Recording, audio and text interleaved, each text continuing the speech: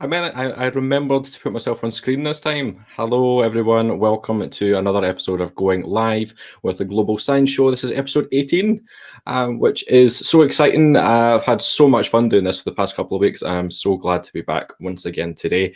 If you don't know me, my name is Sam Langford. I am the founder and coordinator of the Global Science Show, the monthly virtual science festival that allows you and science communicators around the world to share a little bit of science with a global audience. Today we have a chat with another science communicator, and we're going to talk about who they are, what they do, and why they're awesome. We'll be here until about 12:30 today, and there's already people watching. Hello, if you're watching live, and if you're watching back later, hi as well.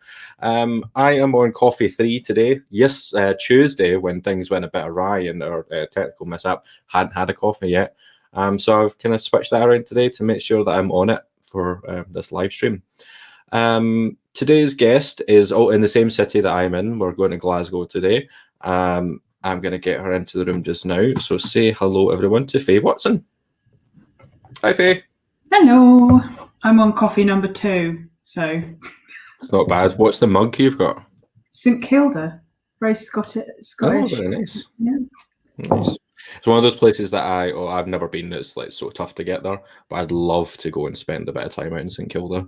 Yeah, it's got all of the animals that are on St Kilda. It was given to me by my in-laws as a place that I must go. So I think there's like an endemic species, or like a kind of subspecies that's endemic, like the St Kilda wren. Is that? Hey, St Kilda, where are we at? St Kilda wren. There you go. Yeah. Oh, that wee bit of knowledge up here. There's a puffins on there. Not on my mug. No. But I did know one thing, St Kilda wren. There we go. Thank you so much for coming to have a chat with us today. No, thank you for inviting me. So I'm going to start with a question I always ask, which is, who are you and what do you do? Changes every day. Not who I am, but what I do. Faye, I am the Engagement and Communications Coordinator at the University of Glasgow Centre for Virus Research, who are funded by the MRC. So yeah, a very busy place to be working at the moment. And I basically lead on the public engagement programme and science communication within the centre at the moment. Yeah, like a busy place to have been moving into a new job, because you've only been there since like middle of last year, right? Yeah, I joined in June, and they hadn't had anyone in my position for like 18 months before that. So how they kind of managed to do so well with it without any communication support before like June was amazing. So yeah, definitely thrown in the deep end. It's an interesting place to join, somewhere that is researching viruses during a global pandemic, combating a virus. Yeah, and definitely if you want to have a nice relaxing life with a good work-life balance, choosing to work at a virus research centre during the pandemic is not for you. That's top tip for today then. If anyone ever comes across that. Other than moving into, or as well as moving into a new role, how have you spent your pandemic? So I moved country, I guess. So I used to live in Cardiff. And had been working in London, so I'd been commuting between Wales and London for the first bit of my career. So yeah, then we sold our house and got ready to go travelling last year, and then the pandemic hit, so we were houseless, jobless. So I spent a lot of the first bit of the pandemic panicking about not having a job, but then found this obviously opportune position at the Centre for Virus Research. So spent most of my pandemic moving to Scotland. And getting to know around Glasgow and stuff before we got put back into lockdown. And just exploring a new city. Well, I'm going to be very biased on it, but you've moved to a good place. It's a shame that you haven't really been able to spend too much time exploring it, because there's a lot to do here. Obviously never really experienced it open in the same way. Yeah. We came up a few years ago to for a long weekend, and it has everything that I love about Cardiff, but it's older and there's more of it. Cardiff is a really small city, so it's quite nice being back, not quite London level, but a nice big city to explore. Yeah, no, I'm really excited for you to get the chance to properly go out and find it, because it seems like we're actually going to be able to do a bit more of that soon, which is really exciting.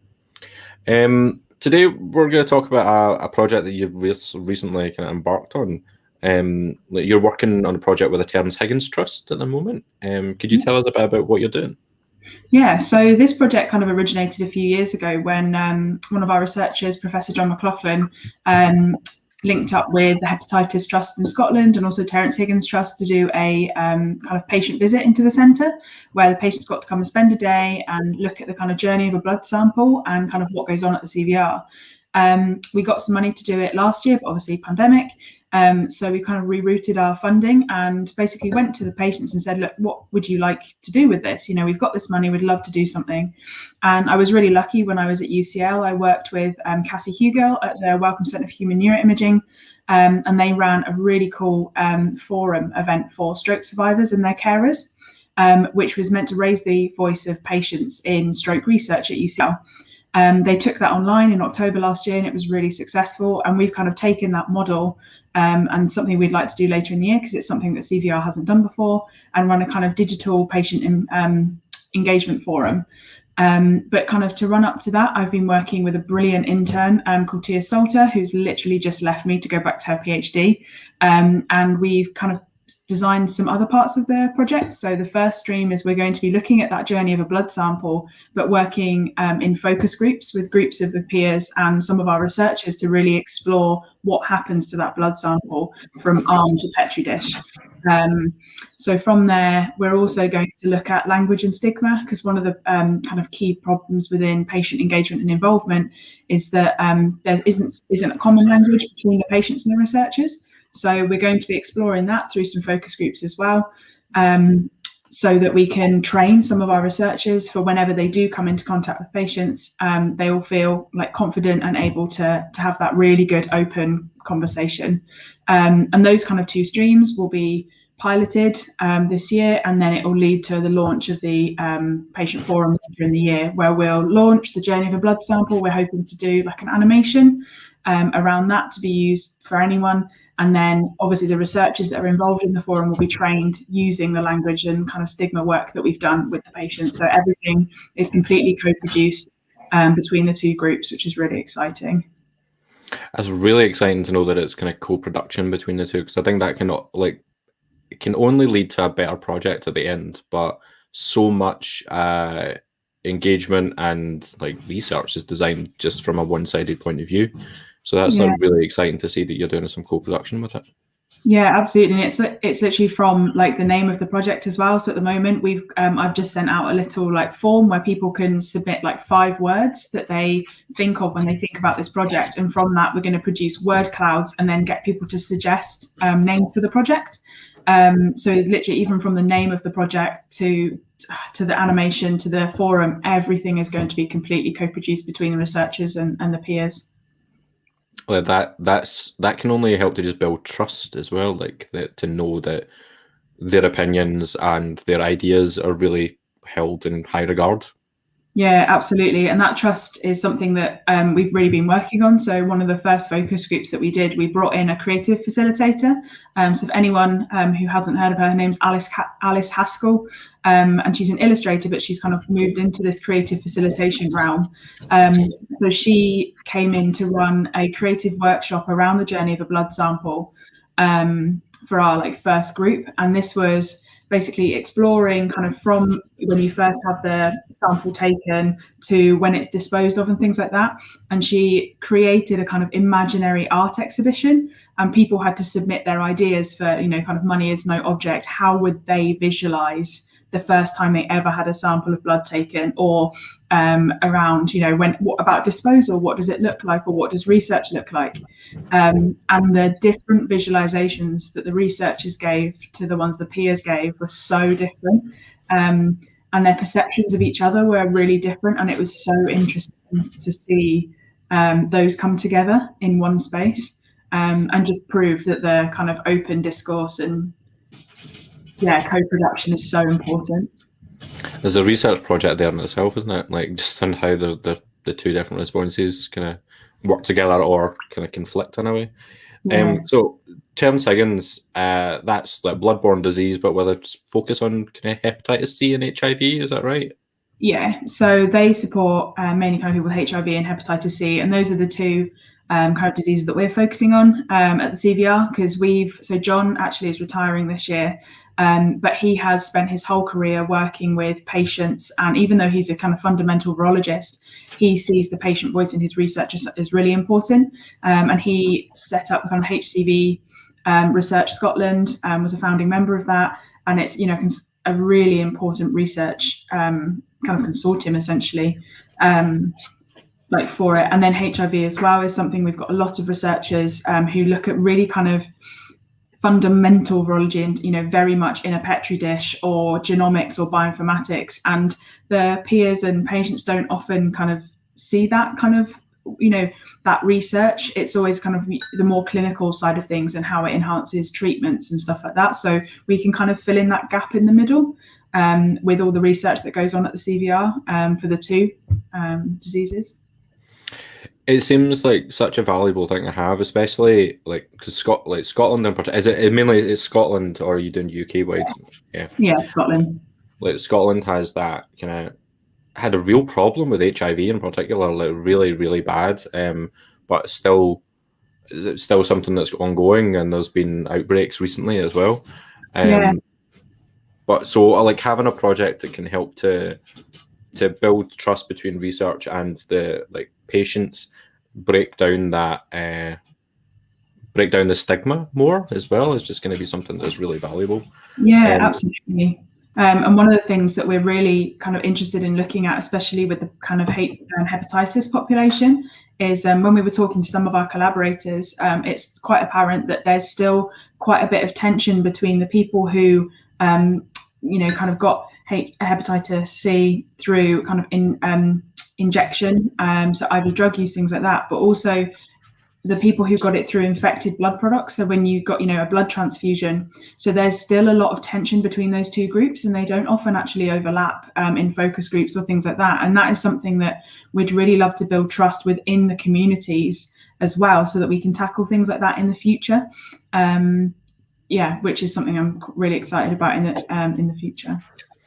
Are there other groups that are involved as part of it as well? So if there's your side, your groups, and then there's the Terence Higgins, is there other groups that are involved that are directly involved with the communities? Yeah, so we're hoping to work with Hepatitis Trust Scotland, Hepatitis C Trust Scotland, and also Waverley Care. So Waverley Care have, obviously have huge amount of service users and actually work with really vulnerable communities.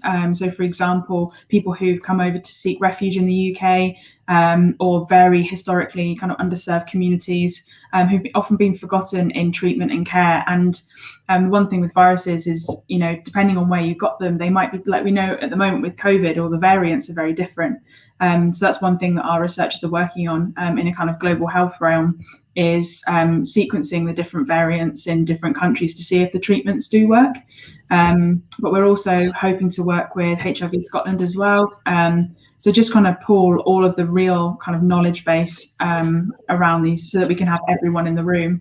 And our kind of main target for the forum is we'd love to have a kind of action-led manifesto session where we invite the charities, the patients, and the funders into one room to make a kind of action-led manifesto of what HIV and hepatitis C research should look like in the future, and what are the key questions from the patients that should be answered, which will hopefully lead to kind of future funding and support for both of these diseases. Fabulous. It sounds so good. Like a really, really valuable project to be working on.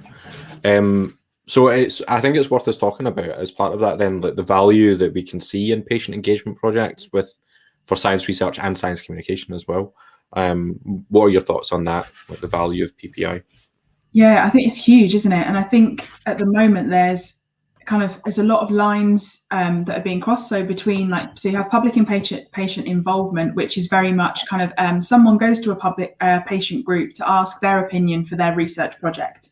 And then the patients get involved in the research project, help with the grants, things like that, and advise. But the project is already formed, basically. And then patient engagement is kind of more, talking to patients, doing the co-production, things like that, which they are both incredibly valuable, but very, very different. And I think there's a lot of things at the moment that they're coming together or they're splitting apart. And this project, I would say, is public kind of public and patient engagement. It's really fun. It's a very weird world to like come into, but across Scotland there is a huge amount of kind of a real big push for more PPI, patient public involvement, to be, for patient voice to be involved in research. And I think the most kind of important thing for us is that a lot of our researchers at the CVR are fundamental virologists who until last year didn't have a direct application for their research. There wasn't this huge pandemic that, their genomics or their bioinformatics, it didn't, immediately go and, update clinical data. So now I guess there's a growing kind of respect for that. Actually, the patient voice is really important. And especially with things like long COVID, because at the moment, the patients know more than any clinician about long COVID and about the symptoms and all of that. So there's a really kind of, you can't really say exciting because it is, it's really sad that this is a problem that we have, but it could be a really exciting change in patient involvement, that actually it's going to be patient-led. So the patients help design the research instead of the researchers going to the patients to ask their opinion. It could be, there's so much worth in doing this work. And when you say exciting, like, you can definitely see that the way that they're having to be extremely reactive to the way that research is having to move. So that's, I hadn't really thought about it that way, because of something that is so directly impacting a huge number of people all of a sudden, but clinically we don't really know what's going on yet. Yeah, absolutely. And that's why, like with this project, the Terence Higgins Trust at the moment, is we're using kind of patient engagement and kind of engaging the patients in conversation with our researchers to shape our patient involvement. So it's so that our fundamental virologists feel more comfortable and, kind of more empowered to talk to patients and involve patients in their research, so that when they do start writing the grants and they are already thinking, okay, this needs a patient voice. This is about a patient. There's a patient at the end of this, so they should be involved at the start of it. Which, it's quite a change in dynamic, I think, over the pandemic. I'm really excited to see where it goes. So we're working together on some projects, so I'll definitely just keep picking your brain about what's going on with this project as well. More generally, with the Centre for Virus Research, we've talked about COVID, and the way that the centre has had to, I imagine, just kind of really gear up on a lot of stuff very quickly last year. What's been going on in Glasgow with COVID-19? And you don't need to tell me everything, because I know that's like so much. I was going to say, what hasn't? So we are, so at the CVR, the kind of CVR kind of is really passionate that they are like molecules to clinic. So we can study COVID from, kind of the individual variants in the Petri dish, all the way to clinical presentations, vaccines. Obviously the variants is something that we're really working on at the moment. So we're involved in several consortiums that are like across the UK, which is really exciting. So COG UK is the kind of genomics consortium, and we're part of that, doing a lot of the sequencing and bioinformatics of the new variants. And what we can do from that is, once we know the kind of sequences, we are kind of researchers in our kind of high, so they're called containment level 3 labs, which are the ones where the live virus is, where everyone's wearing all the gear and things. They can then kind of study the virus. We can genetically change the coronavirus to have the variant, once we know where the variant mutations are and things, to then be able to study it in the Petri dish and also treat it with drugs. So we've just actually launched CVR Crush, which is the COVID-19 drug screening and resistance hub.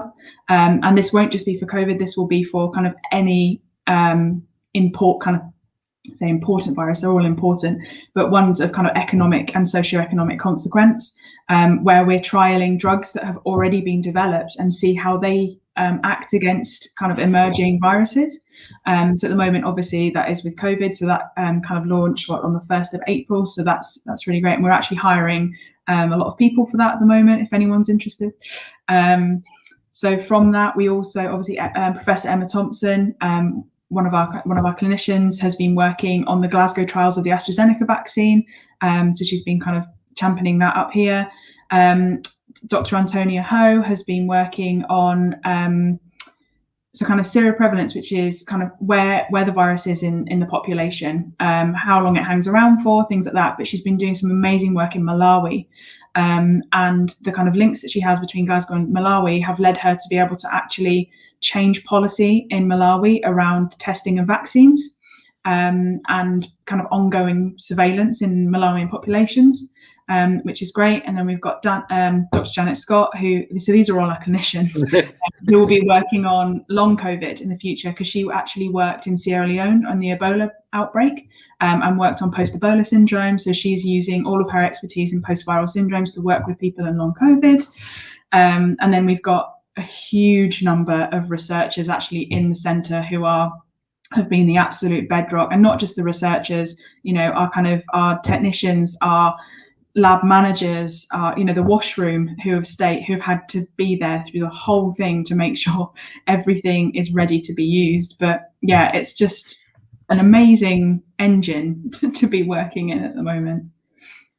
It's like really fascinating to think, and like obviously I'm aware of the CVR and like the Gas Cube complex and all the things that are going on in Glasgow, but even just to hear about the amazing stuff that's going on right here in the city where I'm living, that I think a lot of people still don't really know about it as well, like because it seems like it's not part of where we are, but just to see that there's so many amazing things going on here in Glasgow, but then in other places around the UK and around the world as well. It's just so much cool science research going on that impacts us on a daily basis, and this is like one of the most important ones, definitely.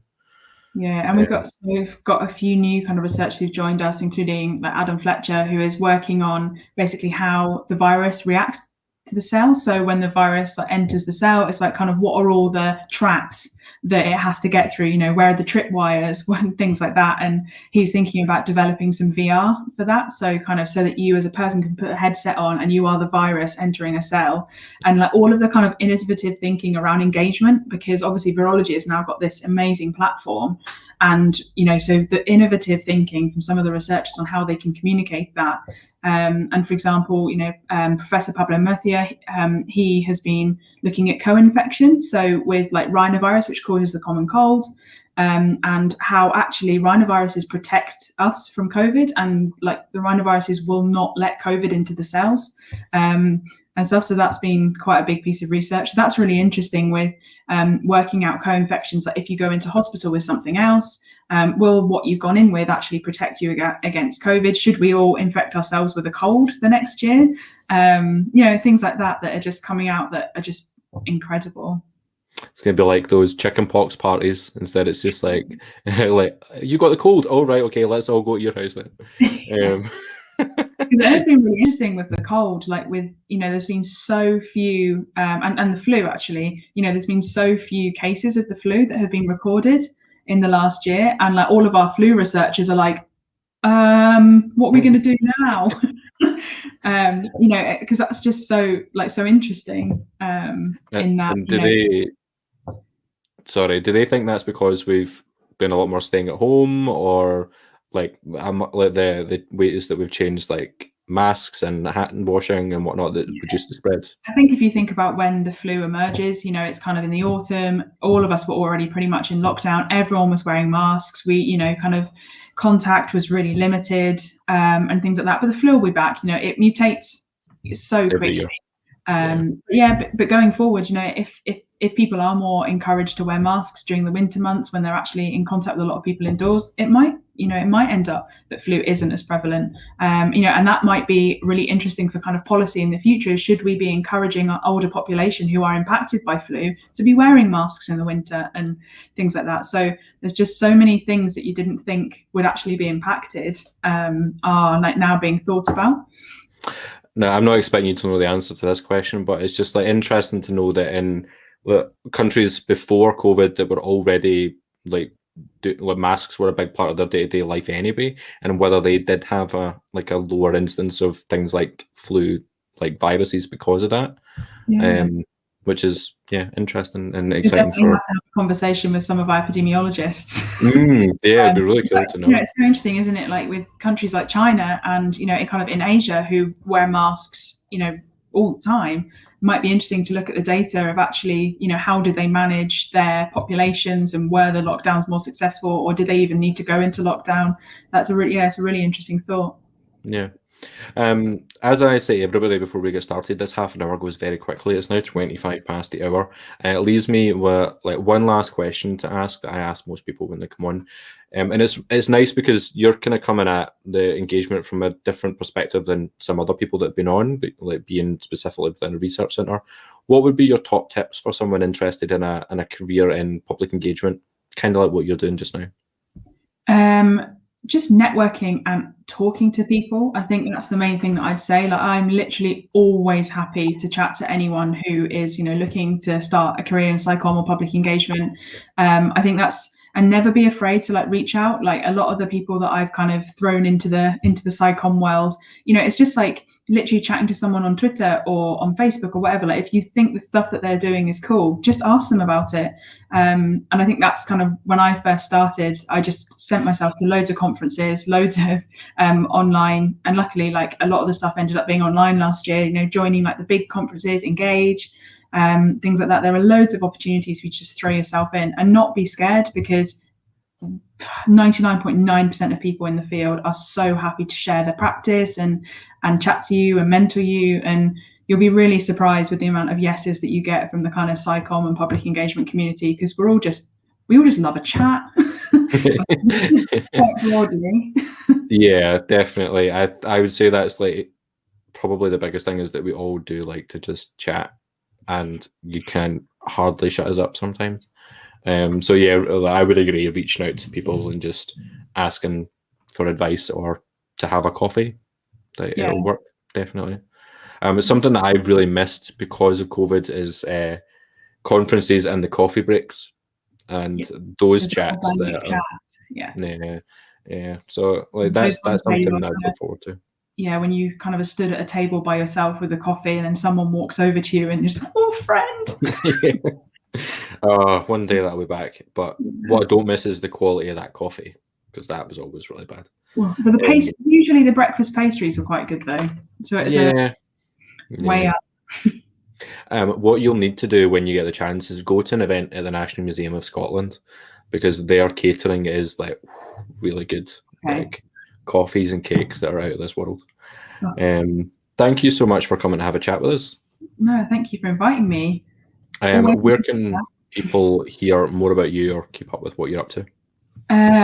So my Twitter, I've put in my handle here, it's Faye Watson 94. I don't tweet a huge amount of stuff. I need to get a lot better at tweeting, because I mainly spend my time at CVR Info, which is the CVR's Twitter. We're trying to chat more about our engagement work as well. But with Sam, I'm also launching a project around tick-borne viruses across Scotland. And we've just launched our Twitter there. So we're thinking about some content now, and that's at VirusesTickCVR. So if you can add that one as well. But yeah, those are all the things we're doing. But obviously our website, cvr.ac.uk, for all of our virusy stuff. But yeah, that's me. We'll pop all the links like below the Twitter thread that this video is going out on, so people can keep up with what's going on. Again, thank you so much for coming and chat with us. Loads of really exciting stuff going on, and yeah, excited to see where it all goes. Yeah, thanks, Sam. I'm going to use the power that I have to chuck you out the room. See you soon. Bye. Another really quick half hour, and I've just managed to get through my coffee in that time, so now glad it's lunch, because then I can go and try and decompress from caffeine. Thank you so much, those of you who've been watching. Thank you to Faye for coming to have a chat with us. We will be back on Tuesday of next week. Let me see my rota. What time are we going to be back? We're back on Tuesday next week at 12 p.m. BST, when we have the lovely Melody Obeng on the show, which will be absolutely fantastic to have her on as a guest. So hopefully we shall see you then. Take care, stay safe. See you all very